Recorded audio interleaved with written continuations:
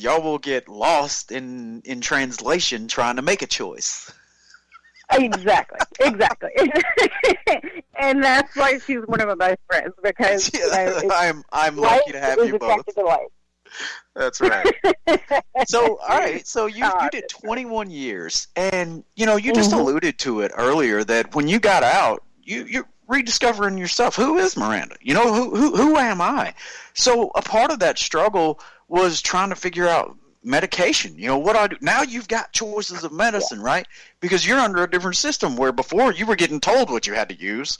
Now you get to make that decision for your own self. Tell us about what led you to the cannabis side, just to learn more about it, and then how did you get into the cannabis side from a medical standpoint? So it took me a while dealing with pretty severe anxiety, to a point when I still really struggle with it.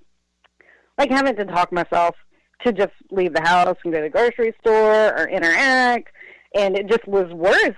It had been really bad my past 3 years in the service, but once I retired, it was just, oh my God, overwhelming. And it was to a point where I was like, all right, this medicine that's been prescribed to me is not working. I got to figure something out. And then after making several appointments and canceling them, I finally went, and then talking with the doctor at the Medical Marijuana Treatment Center.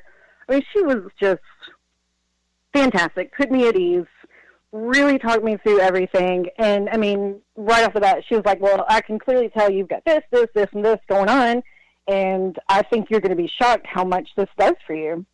And she was right. Oh, my gosh. I mean, it just is a huge difference. And I have the vape pen, which is like a preloaded little pen that you can puff on whenever, and that helps out. Sure. And there are a lot of different ones that you can try, but definitely like a Zen is one that helps me kind of get mellowed out. And then I do flower. I actually prefer like the actual bud, because it just seems like it has a better effect for me. Like I can really, really relax, and it just, I sleep better. And the good thing, I don't get munchies, so I'm not packing on any more weight. That is good. And I tell people all the time, Miranda, look, the munchies are in your head. They literally are. Like, you can get past it. It's just like being hungry during the day. Do you go eat some? If you eat during the day when you get hungry, then that's what you do. If you do the same thing with your snacks, that's what you're going to do as well. You just got to fight it. It's just a mindset, right? Oh, yeah. I mean, after the first couple times, I mean, you don't even notice it, honestly. No. You have your puff or, whatever your option is that you're going to use, and you don't think about it at all. And, I mean, it truly has helped in, like, all aspects of my life. It really has. And I recommend it to anybody, any veteran out there that's on the fence, like, oh, I'm afraid if it's going to affect job opportunities, or, it's a drug, it's a gateway, or all that nonsense. Like, just, you got to get past that, because this is something that can, like, really change your life in a positive way. You know what? Hey, everybody. Thank you so much for joining us here on the Veterans for Cannabis podcast. This is Joshua Littrell, and that was an unsolicited advice for accessing medical cannabis from Miranda Marion, who will speak firsthand knowledge. Boom. Go get it, because it's all BS. That whatever the gateway crap they talk about it. It's ridiculous. I agree. But I mean, I'm not going to name names of friends around me that personally come over and hang out, and they're afraid, civilian and veterans. They're like, I'm afraid to go, because I'm afraid it's going to stop me, like it's going to hinder me from having other opportunities. And I'm just like, that's insane. It's medical marijuana. Right. And I don't think I've even – so much is coming out of this conversation, just the things that I'm having to think about. So, you know what, Miranda, when you think about alcohol, it does the exact same thing to you that cannabis does, meaning that you can take alcohol too far and be an alcoholic and not do anything with your life. You can do the same thing with cannabis, right?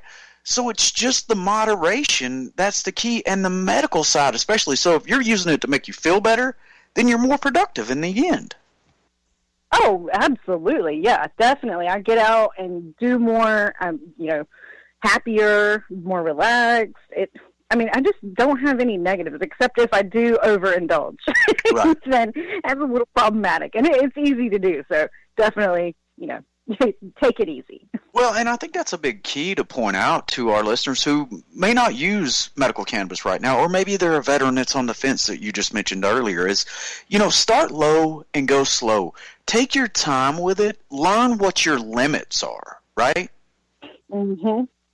Oh, absolutely, because the doctor I saw, she said that, and I was like, I smoked marijuana when I was younger. I'm good to go, which is just I don't know why I thought that was so idiotic. So is and then the same I got super high. What you had when you were growing up? Is it the same? No. What's the experience?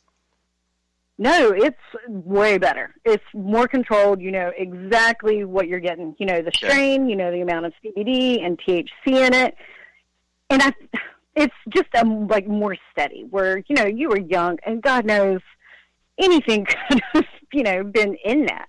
And it's just really comforting knowing this is lab tested, it's controlled, it's monitored, and it's a huge, huge relief. But definitely, when you start out, if you get way too high in the beginning, it's going to scare you away from it. So you truly have to take it easy, because it can be a little scary if you overindulge.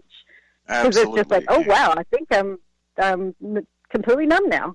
It doesn't have to be that way, and it's not going to be that way every time.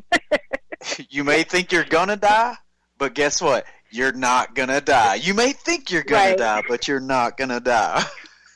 Right? You are not currently in a coma. You may think you are, but you're not. I promise. So tell us about the physician experience. Now, these are actually medically trained physicians, right? These are legal doctors that are giving you a recommendation. Oh gosh, yeah. I don't recall her name that I saw, but she was fantastic. We talked about her education and what she did before. She had been a pediatrician at one point, and she had been a general practitioner, dabbled, kind of went into surgical a little bit, decided that wasn't her thing, and then I guess just kind of sick of seeing the amount of stuff that people are just been given willy-nilly.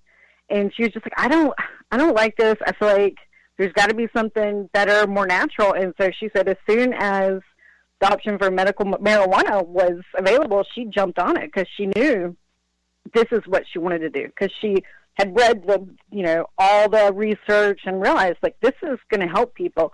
And she said she feels a lot more fulfilled in doing that. And interesting, she said 75% of the patients are veterans that she sees. Oh, that is so beautiful. Oh, my gosh, that's amazing. Yeah. Now, for our listeners, help them understand where you're geographically located in the country. I'm in Florida. Sorry, I just didn't say like that. I'm in too much Jumanji. Florida. Florida.